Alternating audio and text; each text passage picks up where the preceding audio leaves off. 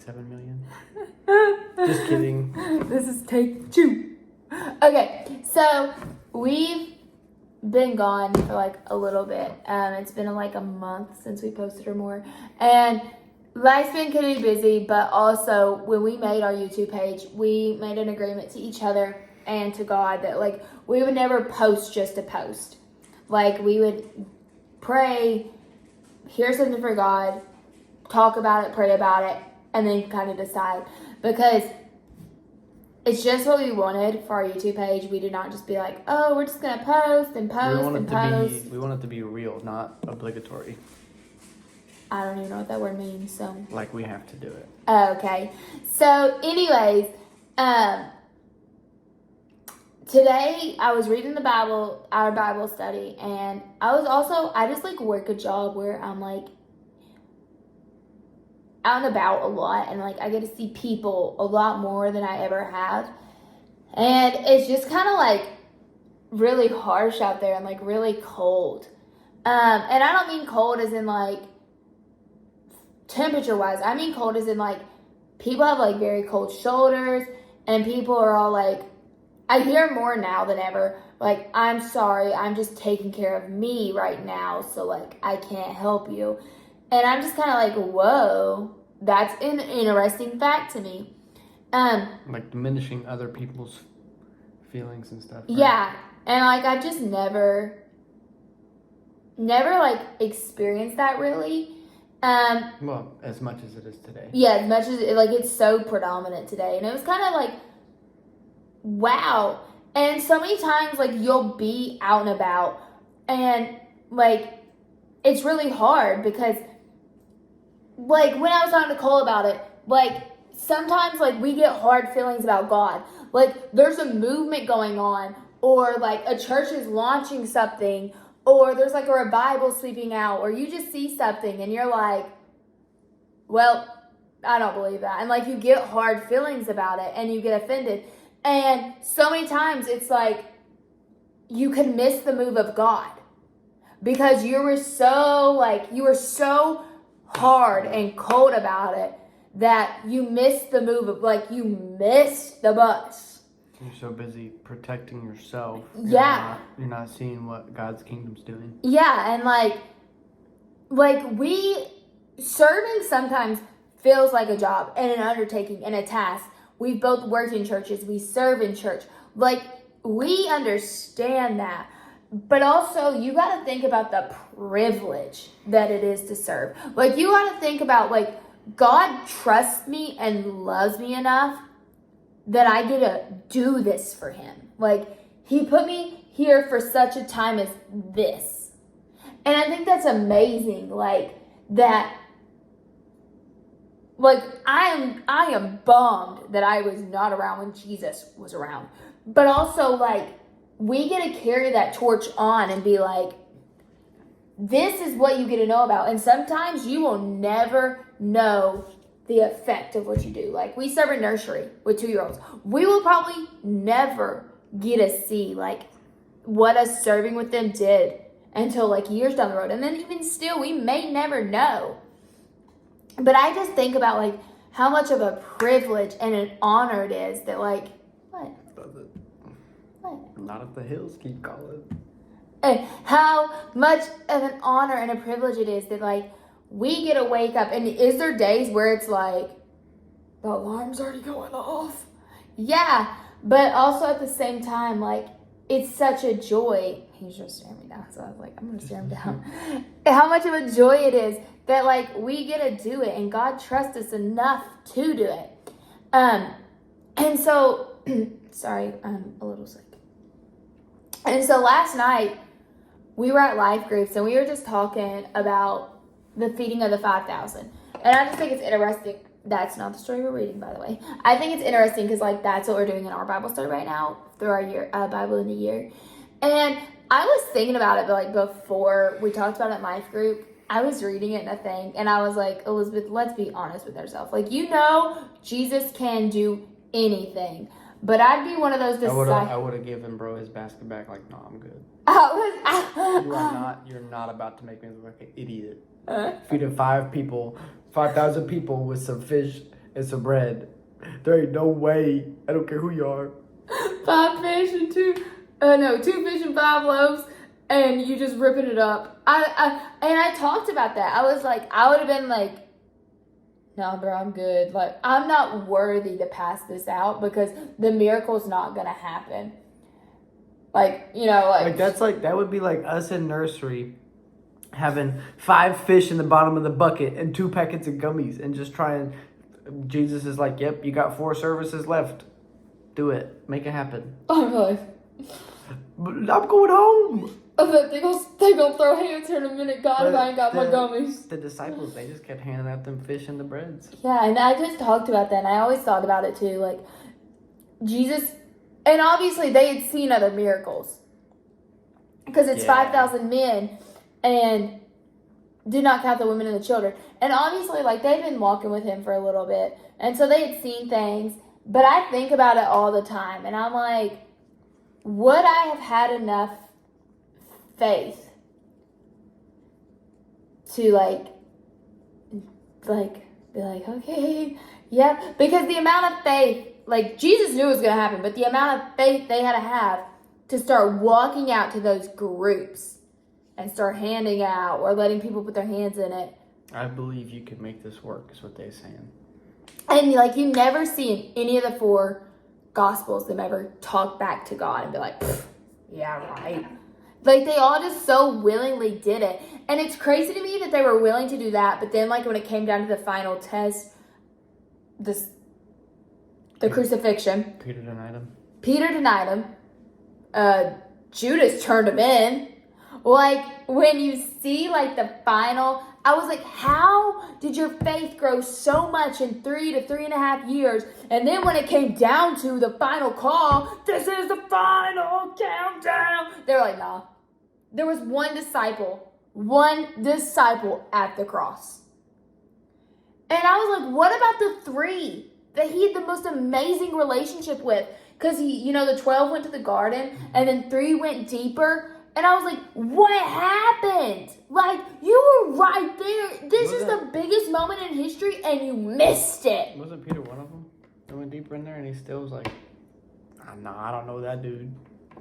3 times I made denied. And Jesus gave him a heads up. He was like, by the way, you're going to deny me 3 times. No way. Before the rooster crows. Not you. I imagine him when that rooster crowed, he was probably like, it was me. Hi, it's me. The problem is me.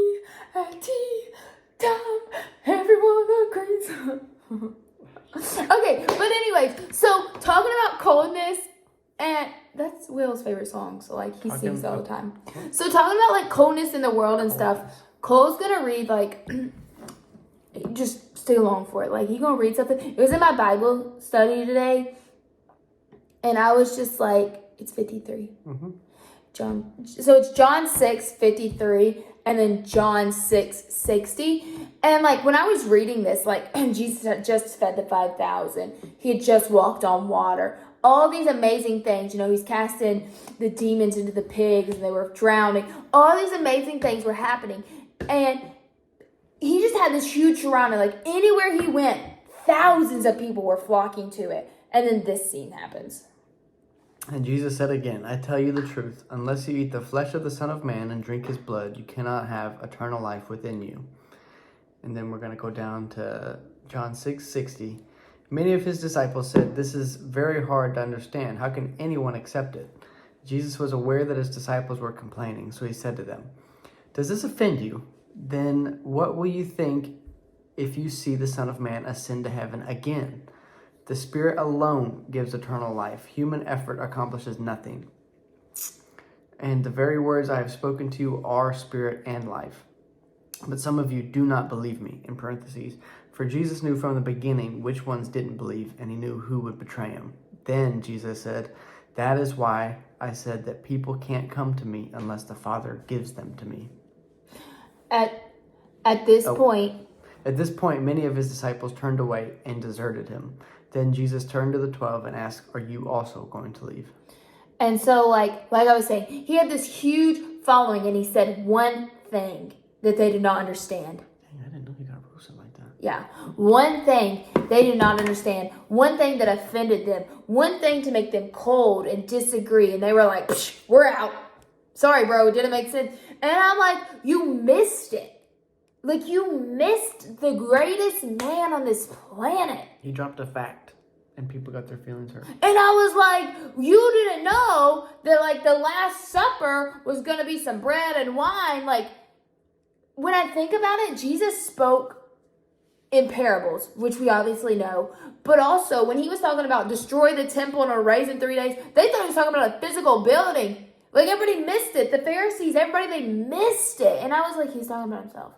And obviously, like, we weren't there. We don't know, like, how we would have felt about it. But so many times we see Jesus just drop a fact, a truth, something, and you see people getting offended. And I'm thinking, how many times does this happen in the local church? Or really anywhere? It doesn't fit the people. Because it's like, oh, nope, that's not a tradition. Oh, nope, that's not how we've done it. Oh, nope. You said something, Mr. or Mrs. Pastor person, and I can't get behind that. Oh, you'd agree with this. Gotta go. How many church splits do we see in this world? Because people are offended. And I'm like, this is not what Jesus meant. Like, this is not what he was leaving us. And so I was just like really heartbroken when I was like leaving. This morning in my Bible study, I was like, I never want to be so cold or think I'm so right or be so like self-righteous or so deaf to the voice of God that I miss his move. And sometimes it is hard because you see, or not even just like seeing the Spirit move, just a good word. Yeah. And I'm not going to say we do it perfect, because there are some times where we're sitting there or like we see something and we're like, that seems a little out there, bucko. And sometimes you gotta check your personal beliefs too. Yeah. Because what you see in this world, it'll change the way you think about things. Or like when people talk about certain things, that bleeds into your own personal beliefs, and that affects the way you hear things and the way you perceive things. Yeah. And so like, I just wanted to like, not say like, hey, do this. I just wanted to like honestly just express, like, I never want to be so cold, hurt, on like so prideful in myself that you can't see God move. That I can't see God move. And then like when it comes down, like if somebody was writing a book about your life right now, like they were the disciples and Jesus, would you read it back in 200 years when you're dead and be like, nice? Or would you be like, oh, why did you spend a whole chapter on that? I missed it. I missed it. Yep. Because, I mean, just because, like, I don't ever want to be, like, I was so, because, yeah, let's say you do dive into something, and you're like, and it's not, like, God's still going to bless your humbleness. Now, I'm not saying get into, and somebody's like, hey, come sell everything you own, and to buy this property and scam, drink this Kool-Aid. Don't do it. Don't do that. Okay? What's his name? Jim Jones. Jim Jones. Okay? Jim Jones. If you're seeing like a Jimmy Jones scene about to play out, don't do it. Okay? No church is going to ask you for your house and your car and all your worldly possessions. Okay? Like, fair warning. But don't be like, oh, they're telling me to tithe. They just want my money so they can keep the lights on and the pastor still can get paid and they're living large. No, because if you give faithfully to God, and I'm not just talking about tithe and offering. I'm talking about if you make sacrifices to God, you give of your time, you give of your treasures, you give of your talents, God will bless you. And other people will turn around and be like, how are they living like this? And there's no earthly way you can explain it. Your life will be changed. But by God. And so many times people are like, oh, this pastor is living large and they're going on vacation. How? But God. Like, he blesses faithfulness. And so, like, that's not what this video is about. More so even, that goes back to the offense part. If you're going to church and that's all you see in the church is problems, and you think they should be spending their money different, get involved. Get involved and say something and try to, do something about it. Or change your mindset. Yeah, and if you're still like you're like involved and you've changed your mindset and you're still like having all these issues, maybe think about going to another church. Yep. Like, then that might be hard, but like, It's not easy finding a new church. no, but like you gotta go where you are truly being fed, because if you're only finding problems and offense, then I can tell you, you will not be fed. See God moving. But like you said, if you're like, oh, you need to spend your money better, get involved. Get involved and spend a month. Don't say anything. Spend a month serving, because I can guarantee you they're spending their money the best way they know how. Mm-hmm. They have people that look at the books that do math. Like, even if the pastors are in charge, that doesn't mean necessarily that the pastors are in charge of the books. If they know what they're doing, they're going to have somebody that's a whole lot better at math than they are. Yeah, and so honestly, this is just like a kind of like a wake up call or like a warning. This is a little sprinkling of everything. Yeah, I did not expect Cole to talk about that. We made chili tonight, so I'm excited. But anyways, just don't turn cold to the world. Don't become so cold that you're just this person that has a shield up all the time, because you're going to miss a lot more than the move of God. It's good to be, protect yourself, protect the ones you love in your house and that kind of stuff, but you don't have a wall up so high that not even God can get in. Yeah. You got to keep that door open for him. Yeah, it's like that photo. Yeah, because he ain't going to open it. He's going to knock. You got to let him in. Yeah, there's a photo where there's no doorknob and people are like, you forgot to paint the doorknob, and the artist is like, no, I didn't. He's knocking. It's your choice to open. He's never gonna barge in, bust the door down, and be like, what up? This is my house now, broski. I like to keep things light. So, I don't have anything else. Do you? Nope.